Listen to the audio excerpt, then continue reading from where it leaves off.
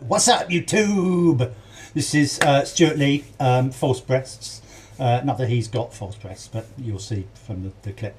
This was probably broadcast around the 90s. He's still going now. Stewart Lee, brilliant. Let's dive right in, shall we? I was out the other day buying some false breasts and paid with a £10 note, and the assistant held the £10 note up to the light there just to check if it was real. So I held the false breasts up to the light. And I said, "These breasts are false. I won't accept them."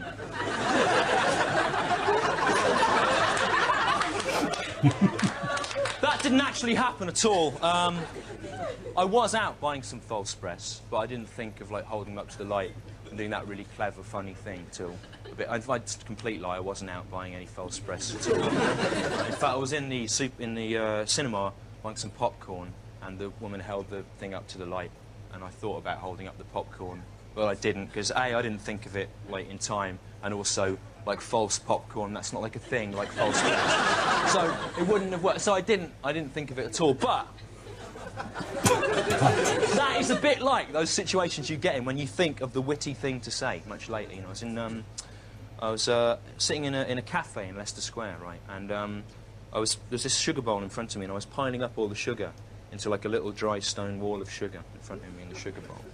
And there was this German tourist about 70 years old sitting on the table next to me, and he suddenly leant over and he grabbed my wrist and he said to me, "What do you think future customers will think of you having touched their food?" And quick as a flash, because I was really on the ball that day, right, I went, "I don't know, sorry." Stop then.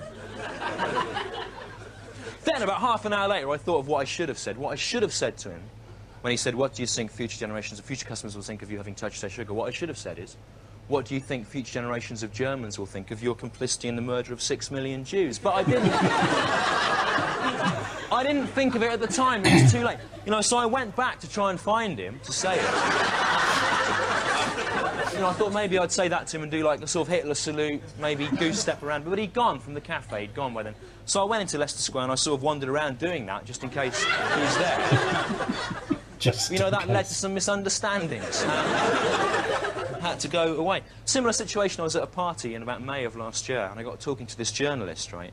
And I recognised her face from that sort of picture they have when they've written a witty column. They have like a picture of their face at the top. And I said to her, "What was the last thing you wrote? What will I've seen by you?" And she said, "Well, I just wrote this piece about how, in my experience, most men's penises are too small, right?" And I was really fast, you know, quick as a flash. I went, "Oh, I'm sorry." You know, like it's my fault, that is. And I thought what I should have said when she said, "In my experience, most men's penises are too small," what I should have said is, "Well, they can't all be too small, can they, you know? Maybe it's just that your vagina is too big." But I didn't think of saying that, you know. And then I was thinking that's a really strange thing that sort of women get together and they kind of bond with each other by like getting together in little groups and like laughing about how bad at sex men are and how like inadequate their partners are. But men, conversely, men do not do that. Men don't go out in a group and like slag off women and how bad they are at sex together. That doesn't happen. And I was thinking, why is that? And I think there's two possible reasons for that. One, because I think men, as a group, have a greater respect for the sanctity of the sex act, for the privacy of the moment. That's one reason. And the other reason, I think, is because there'd be no point with it. You know, men aren't going to do that. A load of men out on a Saturday night, and one of them says, "How did you get on with that woman you picked up last night?" The bloke isn't going to go, "Well, it wasn't great, you know, I found that her vagina was too big." That isn't going to happen, you know. That would serve no purpose. So I was thinking, why is it that women think they can betray those sort of sexual secrets? And I think, again, I asked my friend Roger about this, and he said he thought it was because historically women have been disenfranchised from society, and this kind of betrayal of secrecy, of intimacy, is a way of sort of redressing the balance. That's one way of looking at it. I'm not sure about it. Personally, I think the reason women are going to go and give away those private, intimate moments and tell everyone about them is because they just can't stop going on. It's going to come out in the end. It's going to come out in the end. Thanks a lot. Brilliant. Love it. Love he's using the rule of three there. So you got the three little stories. You know, you got the false breasts, then you got the wall of sugar.